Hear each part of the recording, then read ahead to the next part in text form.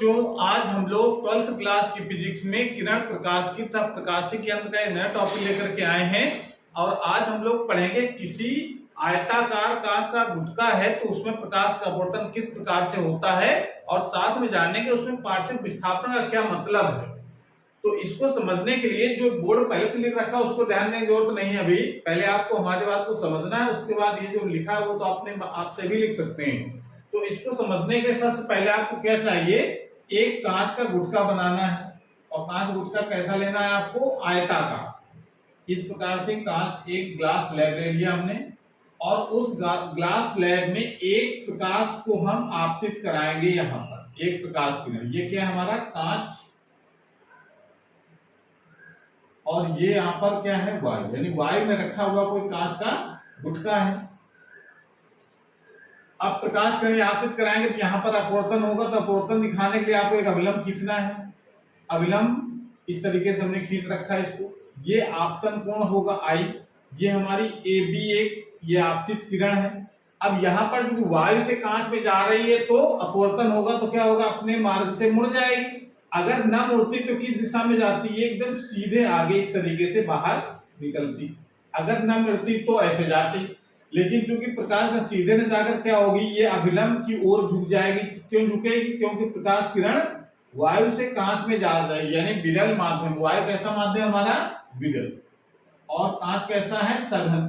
तो सघन माध्यम होने के कारण प्रकाश किरण जो है वो अभिलंब की ओर झुक जाती है। तो अभिलंब की ओर झुक जाएगी और सीधा चलेगी जब तक कि हमारे पास कांच मिलता रहेगा इस प्रकाश किरण को। और उसके बाद फिर जब यहाँ पहुंचेगी तो पुनः फिर अपवर्तन होगा, माध्यम चेंज हो रहा है। यहाँ पर फिर क्या है, वायु, तो बाहर भी वायु है, तो इसका मतलब अब प्रकाश किरण जब अपवर्तन दिखाना फिर अभिलंब खींचना पड़ेगा। अब देखिए प्रकाश किरण वायु से, कांच से वायु में जा रही है तो क्या होगा, अभिलंब से दूर हटेगी। तो अभिलंब से दूर हट करके प्रकाश किरण को इस तरीके से आगे बढ़ती है। तो ये हमारी AB आपतित किरण, BC ये हमारी अपवर्तित किरण, और CD ये हमारी क्या हो जाएगी, निर्गत किरण। इस प्रकार से बाहर निकलती है। तो इसमें देखिए एक महत्वपूर्ण चीज ये देखने को मिली है कि जो आपतित किरण थी और निर्गत किरण, ये दोनों परस्पर समांतर हो जाती है। अब इसको प्रूव भी करना है कि समांतर हो जाती है। प्रैक्टिकली देखा कि समांतर हो जाते हैं, लेकिन इसको मैथमेटिकल प्रूव भी करेंगे हम लोग कि समांतर हो जाती है। और जब समांतर हो जाएंगे तो आपतित किरण और निर्गत किरण जब समांतर होंगे तो उनके बीच की दूरी क्या होगी, सब जगह बराबर। तो उनके बीच की जो लंबवत दूरी होती है उसको हम लोग कहते हैं पार्श्विक विस्थापन। एक कांच गुटका अपवर्तन इस प्रकार से दिखाया हमने। और फिर देखते हैं कि जो निर्गत किरण है CD है, और जो आपतित किरण की जो डायरेक्शन थी यानी AB दिशा, ये जो AB दिख रही है आपतित किरण, इसको सीध में आगे बढ़ाया, पिछला ना होता तो ऐसे जाती सीध में। इसको नाम हम लोग दे देते हैं A से B, और यहाँ का नाम CDE कर देता, ठीक है ना। और यहां से C से यहां पर एक लंब डाल दो इस जगह, तो ये डिस्टेंस जो होगी ECF। तो ये जो CF है, ये जो डिस्टेंस है, लंबवत दूरी, ये पार्श्विक विस्थापन कहलाता है। तो मैं हमको क्या निकालना है इसमें, यहां से यहां तक की जो डिस्टेंस होगी इसको हम लोग कहते हैं पार्श्विक विस्थापन। तो CF वो क्या है, ये पार्श्विक विस्थापन, ये आपको ज्ञात करना है। इसके लिए देखो आपको कुछ कोण आपको मानने पड़ेंगे। तो ये मान लेते हैं ये आपतन कोण है, और ये कौन सा कोण होगा, अपवर्तन कोण। अगर ये जो तिर्यक रेखा है, ये दोनों ग्लास स्लैब के जो पृष्ठ हैं कैसे होंगे, समांतर। इसका मतलब ये कोण इसके लिए एकांतर कोण का काम करेगा, तो ये भी R हो जाएगा। और निर्गत कोण जो होगा कितना होगा, ये मान लेते हैं कितना है, E है, इमर्जेंट एंगल E, इसको मान लिया हमने निर्गत कोण। E क्या है, निर्गत कोण। इसको हम लोग क्या कहते हैं, निर्गत कोण।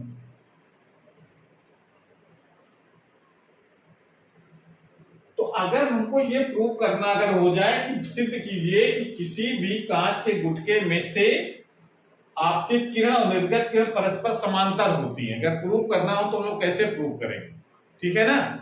इस बात को हमने जो हमने चित्र बनाया उसको हमने इस प्रकार से लिख रखा है पहले से, ताकि वीडियो बहुत लंबा ना हो।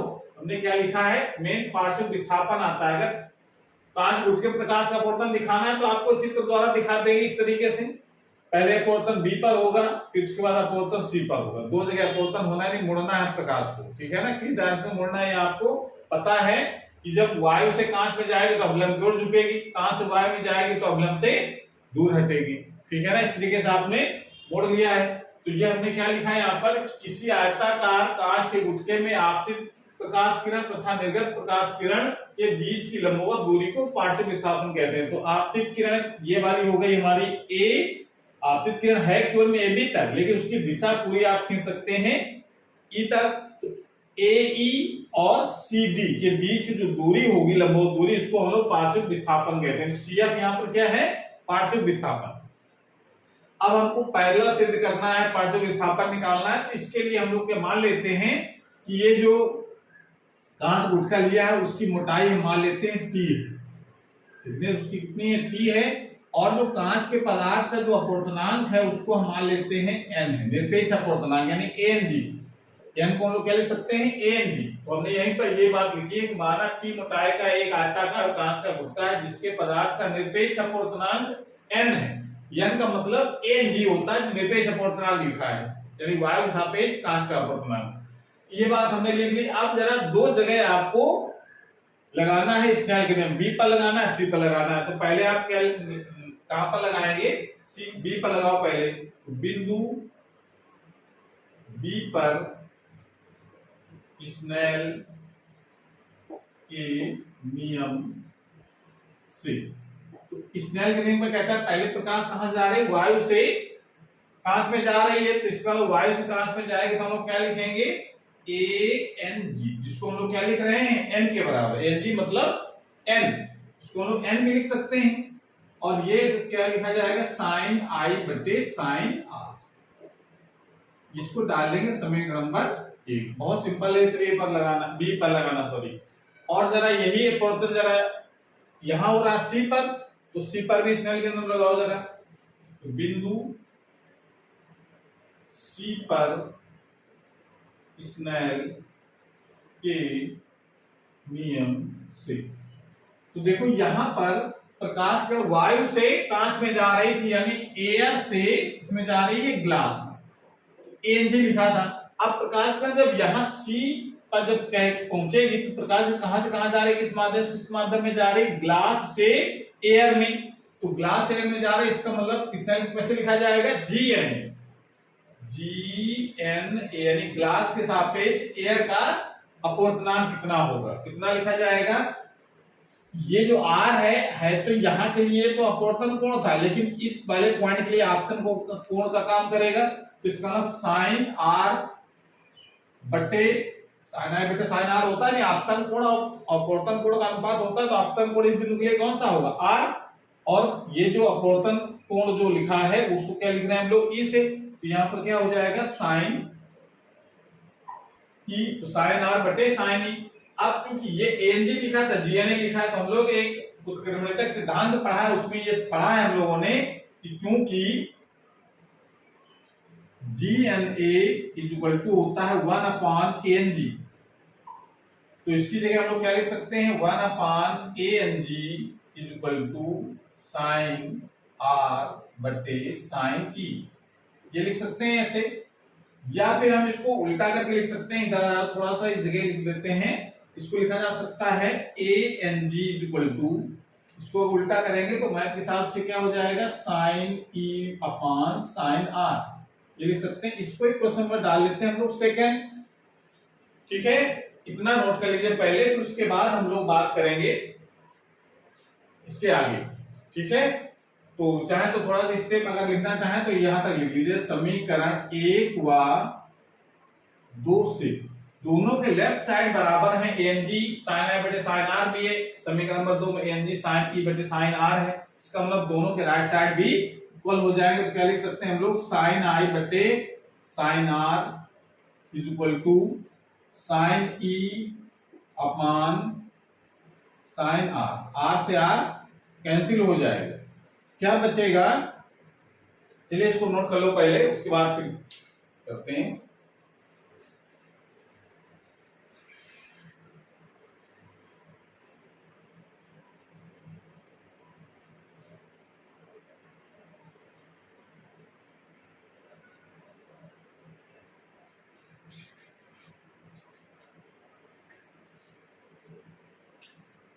उसके बाद देखो उसके आगे यहाँ जाओ, ये क्या बचा यहाँ पर, sine i is equal to sine e. ये तो बचा कैंसिल होने के बाद। इसका मतलब है आई इज इक्वल टू ई। ये जो आई इज इक्वल टू यानी आपतन कोण और निर्गत कोण दोनों बराबर हैं, और ये बराबर तभी हो सकते हैं जब ये जो ए बी लाइन और सीधी लाइन दोनों पैरेलल। मैथ के नियम के अनुसार दो रेखाएं, ये वाली जो लंबवत रेखाएं किसी दोनों कैसी है, पैरेलल, ये वाली, और एक तिरछी रेखा ऐसे एक लाइन, ये वाली आपतित मानो और ये वाली निर्गत मानो। अगर ये दोनों समांतर हैं, ठीक है ना, तो अगर ये कोण और ये कोण अगर इक्वल अगर हैं, तो फिर ये रेखाएं भी दोनों आपस में समांतर होंगी। ये हम लोग मैथ में बहुत अच्छे तरीके से पढ़ा तिरछी रेखाओं वाले चैप्टर में। तो आप यहाँ पर ये कोण और ये कोण अगर इक्वल है, इसका मतलब है कि ये तो समांतर हैं, लेकिन ये जो दोनों रेखाएं भी आपस में समांतर होंगी। तो वो नियम आपको यहाँ पर फॉलो करता है। तो क्या लिखा जाएगा, अतः आपतित किरण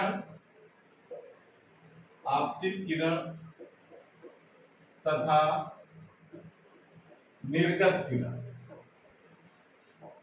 किरण परस्पर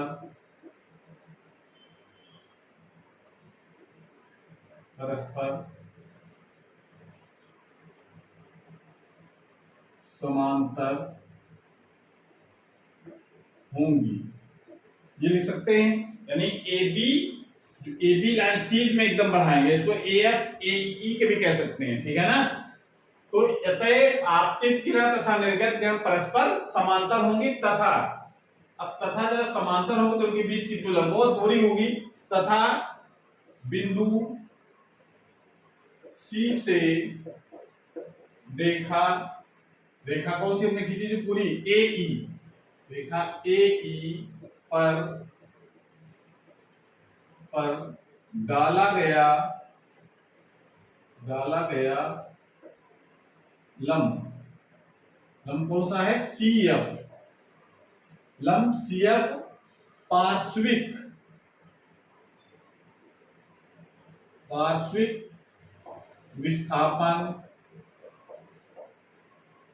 विस्थापन स्मॉल डी से इसको लिखते हैं हम लोग, पार्श्विक विस्थापन कहलाता है।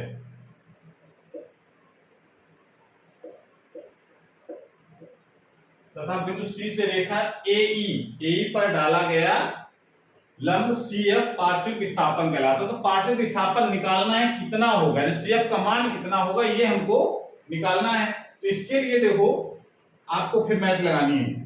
ये अगर कोण अगर आई है तो ये पूरा कोण भी आई हो जाएगा, जो कि शीर्षाभिमुख कोण है। अगर ये पूरा अगर आई हो जाएगा, उसमें ये आर निकल गया, तो ये कोण कितना बचेगा, आई माइनस बचेगा, नहीं बचेगा, ठीक है। तो अब ये पूरा कोण आई था शीर्षाभिमुख होने के कारण, ये आर है, तो इधर कितना बचेगा, आई माइनस आर।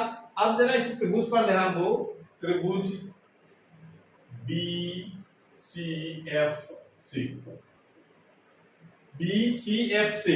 इस त्रिभुज में आपको लिखना है यहां पर साइन आई माइनस आर। इस कोण को लेके चलना है जो बी पर बना हुआ है इस त्रिभुज पर।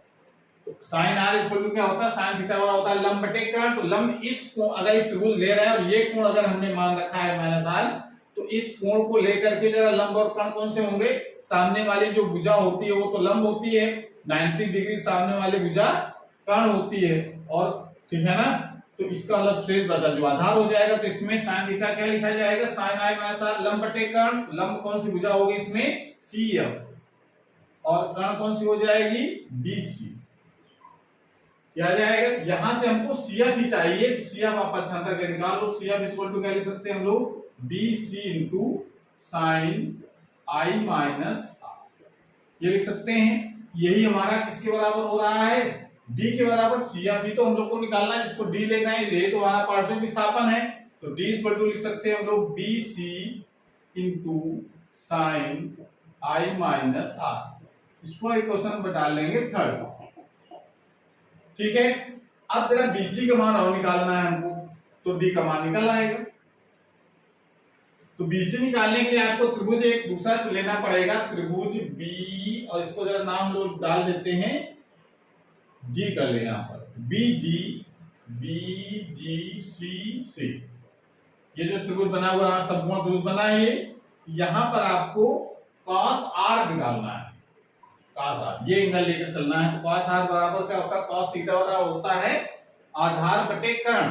तो आधार कौन सा होगा इसमें, आधार कौन सा होगा, BG, आधार BG, आधार बटे कर्ण कौन सा हो जाएगा, BC, 90 के सामने वाले भुजा BC। यहां से BC का मान कितना हो गया, BC बराबर हो जाएगा BG बटे cos r, ये हो जाएगा cos r। और BG किसके बराबर है, BG है जो उसकी मोटाई है ग्लास की, जो कांच का जो गुटका उसकी मोटाई कितनी मान रखी हम लोगों ने T, इसका मतलब BG बराबर क्या लिख सकते हैं हम लोग, T अपान cos r, इसको इक्वेशन में डाल लेंगे 4। इतना कर लिया हमने। उसके बाद अगर ये जो BC का मान है वो समीकरण नंबर 3 में रखेंगे तो विस्थापन कितना आ जाएगा, तो इसको नोट कर लो। और नोट कर लिया। उसके बाद अब यहां पर हम लिखेंगे समीकरण 3 में, समीकरण 3 में BC का मान रखने पर, जो BC का मान रख देंगे तो पार्श्विक विस्थापन कितना हो जाएगा, पार्श्विक विस्थापन, पार्श्विक विस्थापन लिखना है हम लोग D से, D की वैल्यू कितनी आ जाएगी जब हम BC का मान लगा देंगे यहां पर, T अपान cos r, ये तो BC की वैल्यू हो गई, into sine I minus r, ये लिख सकते हैं, या D इक्वल टू लिखा जा सकता है T sine I minus r upon cos r, ये लिख सकते हैं। ये जो फॉर्मूला निकल करके आया है ये हमारा होता है पार्श्विक विस्थापन, इसको आप क्वेश्चन में डाल सकते हैं। फिर पार्श्विक विस्थापन ये निकल करके आ गया, ये आपको याद रखना है, पार्श्विक विस्थापन निकालना हो तो क्या लगाना पड़ेगा, T sine I minus r upon cos r। लेकिन ये सूत्र में थोड़ा संशोधन कर सकते हैं कि अगर ये जो आपतन कोण और अपवर्तन कोण हमने ज्यादा अगर हैं तो हम ये सूत्र लगाएंगे, और अगर कम अगर है I और R का मान अगर बहुत कम है तो फिर ये जो पार्श्विक विस्थापन है उसका नया फार्मूला बन करके आएगा, उसको हम लोग करेंगे। इसको नोट कर लीजिए पहले।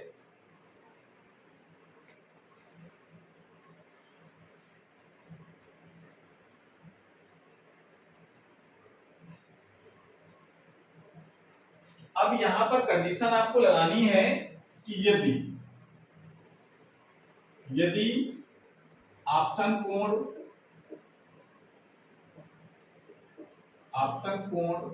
I तथा अपवर्तन कोण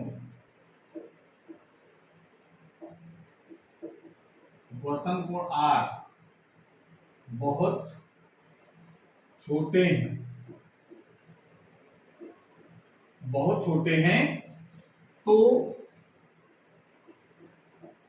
अगर I और R अगर बहुत छोटे हैं तो I माइनस R भी बहुत छोटा होगा, और जब कोण बहुत छोटे होते हैं तो ये हम लोग मैथ के नियम से जानते हैं। तो मैथ के नियम क्या कहता है कि साइन थीटा की जगह हम लोग थीटा लिख सकते हैं, कॉस थीटा की जगह टेन थीटा की जगह थीटा लिख सकते हैं, और कॉस थीटा की जगह हम लोग 1 लिखते हैं। लेकिन कब लिखते हैं, जब theta is very very less than 1, theta अगर बहुत छोटा है तो हम लोग ये कंडीशनें लगाते हैं, ठीक है ना। तो यहां से जो लगानी है, जो कोण लिखा हो वही लिखा जाएगा यहाँ। अगर ये कोण बहुत छोटे हैं तो यहाँ पर देखो I माइनस R बहुत छोटा है तो इसमें साइन हट जाएगा, cos R बहुत छोटा है तो cos R जगह क्या आ जाएगा 1। ये कंडीशन आपको फॉलो करानी है तो आपको क्या लिखना है, तो sine I minus R equal to लिख सकते हैं I माइनस R के, और जो cos R लिखा है उसकी जगह R नहीं लिख सकते हैं, तो सिर्फ साइन और टेन के स्थान पर ही लिखते हैं, ठीक है ना।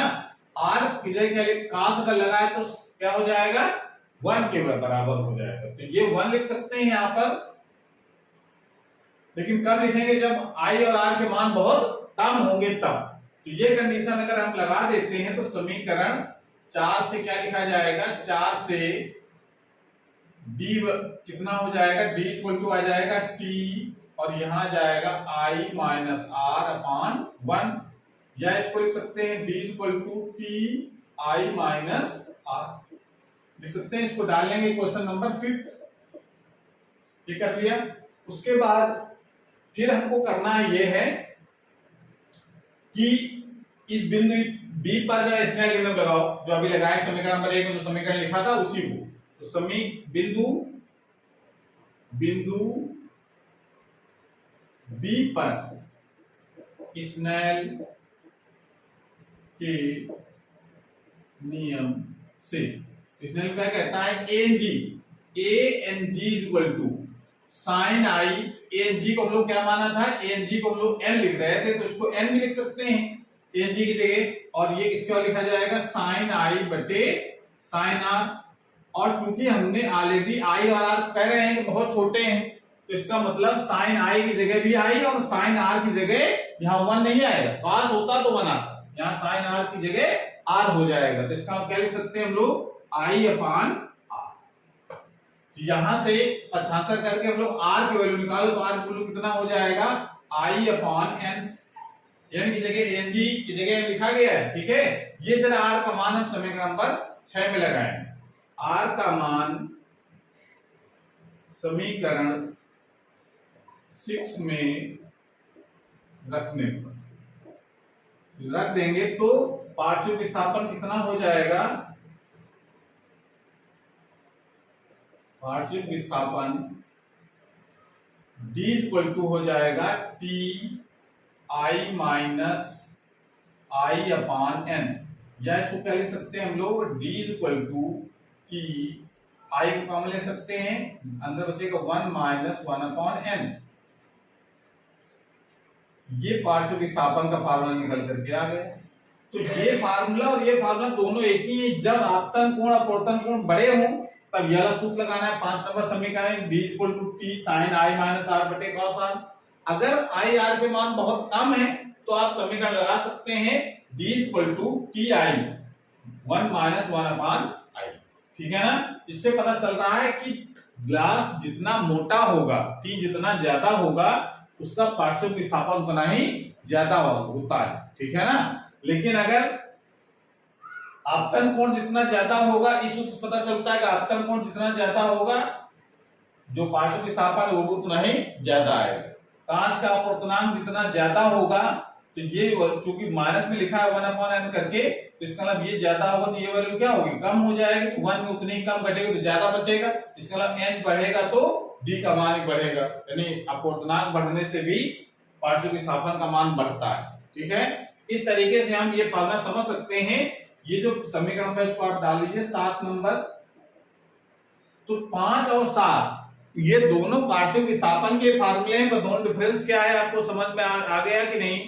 ये जो 5 नंबर समीकरण कब यूज करेंगे, जब आई आर के मान बहुत ज्यादा हो, और ये जो 7 नंबर पार्श्व समीकरण कब यूज करेंगे, जब आई और आर के मान बहुत कम, ठीक है ना।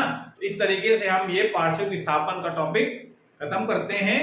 अगली क्लास में हम लोग नए टॉपिक के साथ आएंगे, तब तक पढ़ाई करते रहिए। All the very best.